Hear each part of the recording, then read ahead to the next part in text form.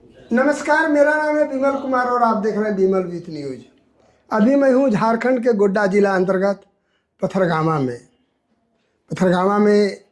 आज से श्री राम कथा प्रारंभ हो रही है और इसके कथावाचक हैं संत श्री रविशंकर ठाकुर जी। बड़ी खुशी की बात है कि पूज्य संत से आज मेरी मुलाकात हो गई है। सबसे पहले बाबा, मेरे चैनल में आपका स्वागत है। जय सिया राम। और जय सिया राम, हर हर महादेव ही इस जीवन का पालनहार है। सबसे पहले बताया जाए कि आपका बचपना कैसा बीता? जय सिया राम। सबसे पहले विज्ञान के आपके इस तंत्र को, आपके YouTube चैनल को मेरा सादर जय सिया राम। आपने कहा आप एक शिक्षक हैं और आप लाइफ को इंटरटेन करते हैं। बहुत अच्छी बात कही आपने। शिक्षक कभी सेवानिवृत्त नहीं होते। आचार्य चाणक्य ने कहा है, गुरु वह गोद है जिसमें बच्चों का उत्थान और पतन खेलता है। गुरु की जब बात आती है तो गुरु परम तत्व है। मैं आपको मानस को केंद्र में रखकर अरण्य कांड का एक प्रसंग कहूं। माता सबरी को सभी जानते हैं, सभी सनातनी जानते हैं। जब अपने गुरु मतंग के पास गई ना, बाबा जब लेकर गए, मतंग जब प्रयाण कर रहे थे, जाते वक्त कहा कि सबरी, एक दिन राम आएंगे। कब आएंगे तिथि मुकर्रर नहीं थी। और सबरी गुरु के वचनों को यकीन मानकर इंतजार करने में लग गई। और जिस दिन राम आए, आप यकीन मानिए मास्टर साहब, जिस दिन राम सबरी के आश्रम में आए ना, सबरी पहचान नहीं पाई। आंखें बंद करके राम का ध्यान कर रही थी। राम आवाज दे रहे हैं, सबरी, ओ सबरी मैया। मैंने कहा गुरु तत्व है, गुरु मरता नहीं। और अचानक मतंग की आवाज आई, सबरी देख, ओ सबरी आंखें खोल।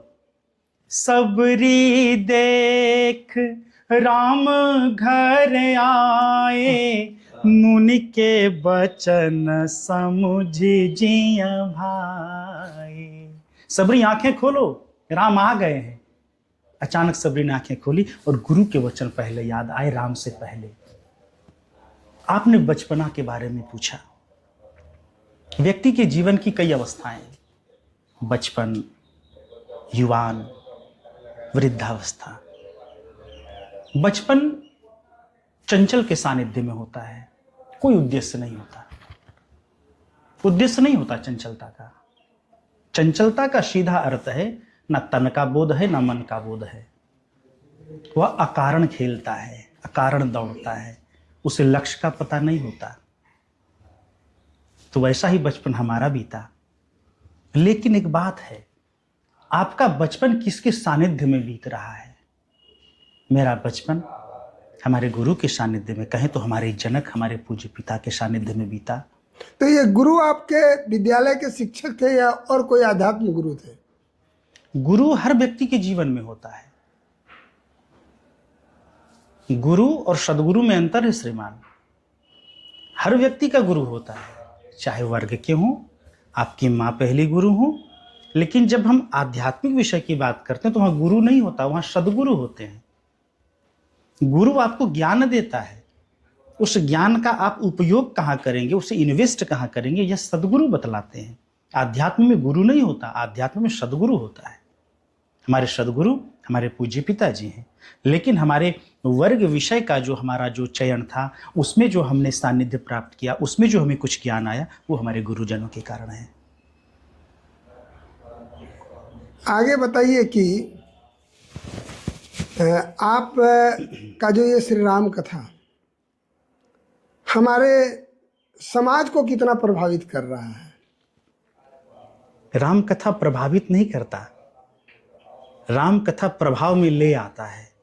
आपने जैसे कहा ना, इन्होंने कहा मजा और आनंद, आपका उद्देश्य सही था।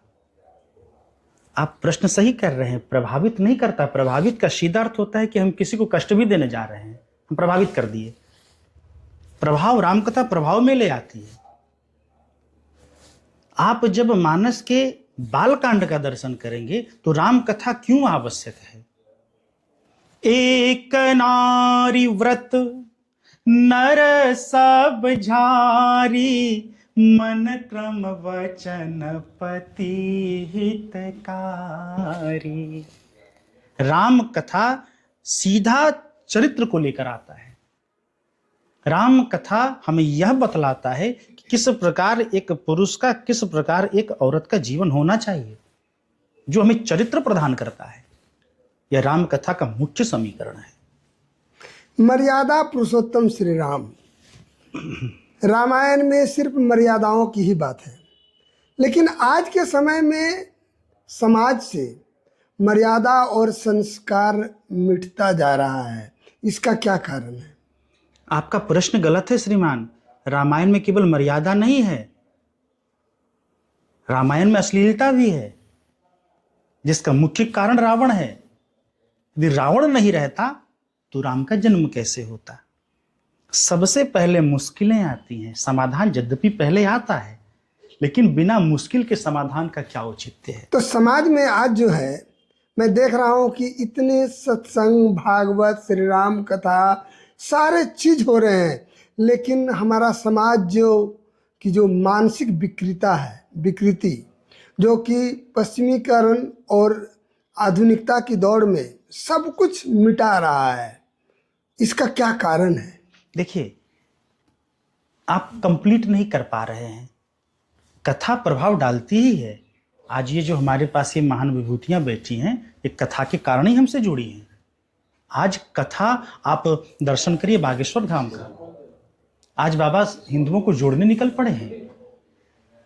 अश्लीलता है, लेकिन कथा अपना प्रभाव डालती है। विकृतियां हैं, लेकिन विकृतियों के मध्य आनंद भी तो है। कहाँ नहीं है? जब आप विकृति की बात करते हैं तो विकृति सबसे अधिक सतयुग में था। भगवान विष्णु के 10 अवतार में 6 अवतार केवल सतयुग में हुए हैं। अभी कुछ विकृति नहीं आई है। सबसे बड़ी बात है कि मैं जब श्मशान में जाता हूँ तो उस समय हर व्यक्ति सोचता है कि मेरी अंतिम गति यही होगी। फिर लोग इसको भूल कैसे जाते हैं? यह मोह है, यह माया है। यह समाप्त कब होता है? बहुकाल जब करिय सत्संगा, तब होई है सब संशय भंगा। आप लगातार जब भगवान की कथा में, भगवान के चरणों में आप समर्पित रहते हैं, तब माया आपके परिधि में खड़ा होकर दूर रहकर थर थर कांपती है। आप एक चीज़ बताइए कि पहले हम लोग जब घर से संस्कार और जो उसका प्रभाव है, जो वैज्ञानिक प्रभाव है कि अगर मैं माता के पैर को छू करके उसके दोनों अंगूठा को छू के प्रणाम करता हूँ और माता से ये कह के जाता हूँ कि मैं फलना जगह जा रहा हूँ, तो उनकी छाया लगातार, उनका साया मेरे ऊपर रहता है। लेकिन आज इसको भूलते जा रहे हैं। इसका क्या कारण है? इसका मुख्य कारण यहाँ के बुजुर्ग हैं। बच्चे यदि अपराधी हैं तो दोषी माँ बाप हैं। शिष्य यदि अपराधी है तो दोषी गुरुजन है। आज यदि बुजुर्ग चाहेंगे तो कोई युवा अवस्था नहीं बिगड़ेगी, युवान की रीढ़ नहीं बिगड़ेगी। लेकिन ऐसा बुजुर्ग क्यों नहीं चाहते हैं? अब उनका बचपन कैसा रहा होगा, ये तो बुजुर्गों का। आखिर हमें उसमें तो संस्कार डालनी होगी, नहीं तो फिर तो इस कलियुग का भी उसी तरह विनाश हो जाएगा। बुजुर्गों को सानिध्य संतों का करना ही पड़ेगा, कथा का सानिध्य लेना ही पड़ेगा, कोई विकल्प नहीं। जिस प्रकार प्यास बुझने के लिए पानी ही चाहिए, लिक्विड बहुत है, तरल बहुत है, लेकिन प्यास बुझाने के लिए पानी की आवश्यकता है। संस्कार को लाने के लिए आपको सत्संग करना ही पड़ेगा, कोई उपचार नहीं। एक चीज बताया जाए कि जिस मैदान में, जहाँ कहीं भी यह कार्यक्रम होता है, वो तपोभूमि होती है। किसी संत ने जरूर वहाँ तपस्या की है वहाँ पर सुंदर कार्यक्रम होते हैं, सत्संग भजन कीर्तन होते हैं, लेकिन वो समाप्त होते ही वहाँ पर पुनः लोग नशाबाजी करने लगते हैं। क्या वो प्रभाव क्यों नहीं डाल पाती है? प्रभाव नहीं डलेगा। हमने कहा ना बहुकाल, इस आपने कहा ना कि उस स्थान पर लोग नशा करने लगते हैं। सबसे अशुद्ध भूमि धरती पर कोई तो वो शमशान है। इस धरती पर सबसे अशुद्ध यदि धरा की आप बात करें, भूखंड की बात करें, तो वो शमशान घाट है। लेकिन शंकर कैसे वहां रहते हैं?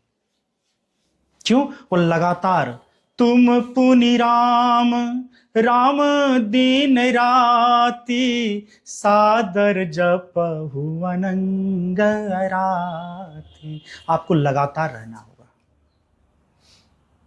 लगातार रहना होगा, एक बार में नहीं होगा। अच्छा, एक चीज बताया जाए कि हम जो तिलक करते हैं, इस तिलक का क्या प्रभाव पड़ता है? तिलक का प्रभाव सकारात्मक पड़ता है। हमारे गुरुजनों ने या हमारे संतों ने, हमारे वेद भगवान ने जो बताया, आप देखिए, सनातन शिखा और तिलक ये हमारी पहचान है। जिस प्रकार हमारे इस्लाम भाइयों की टोपी उनकी पहचान है, हमारे बाइबल वालों के लिए क्रॉस उनकी पहचान है, ये हमारा सिंबल, इनको मानना ही पड़ेगा, करना ही पड़ेगा। और हाँ, सबसे बड़ी बात, आप अष्टगंध और केसर का तिलक करते हैं, चाहे वैज्ञानिक दृष्टिकोण कहें या आध्यात्मिक दृष्टिकोण कहें, इसका सकारात्मक प्रभाव हमारे मानस पटल पर पड़ता है। आप इस श्री राम कथा के द्वारा विश्व को क्या संदेश देना चाहते हैं? राम ही केवल प्रेम प्यारा, जान ले हो जो जान निहारा। प्रेम का संदेश देने आए हैं, सत्य प्रेम करुणा का संदेश देने आए हैं। इस श्री राम कथा का शिक्षा के क्षेत्र में क्या प्रभाव पड़ेगा? अद्भुत है। आप जब मानस के बालकांड में देखेंगे, हमारे रघुनाथ जी जब गुरुकुल गए हैं, गुरु गृह पढ़न गए रघुराई, अल्प काल विद्या सब आई। और पढ़ने के साथ क्या आया? प्रातः काल उठी कै रघुनाथा, मातु पिता गुरु ना वही माथा। संस्कारों को लेकर आए हैं। अंत में बताया जाए कि विद्यालयों में भी आज शिक्षक और गुरु का जो संबंध होना चाहिए, मैंने लगातार जीवन में विद्यालय में अपने सिद्धांतों और उसूलों से समझौता नहीं किया। क्या इसको किस तरह से वापस किया जा सकता है कि उसमें उसी तरह का संस्कार हो जैसे आज से 50 साल पहले हुआ करता था? आपके प्रश्न को सुनकर एक कविता याद आ गई।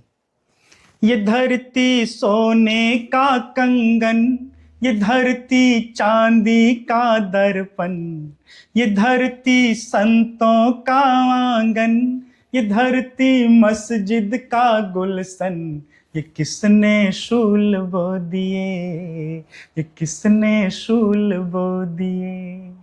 सब कुछ ठीक था, पता नहीं कहाँ क्या हो। बहुत बहुत धन्यवाद आपको, जय कोटि कोटि बार नमन है। आप मिल रहे हैं पंडित आचार्य श्री रविशंकर ठाकुर से, जिनका 10/11/2025 से 18/11/25 तक पथरगामा बड़ी दुर्गा मंदिर के पास श्री राम कथा होगा। आप आइए, अपने और लोगों को भी लाइए। मैं इनको अपने चैनल में जुड़ने के लिए बहुत बहुत धन्यवाद देता हूँ, प्रणाम करता हूँ। जय सिया राम, जय जय सिया राम।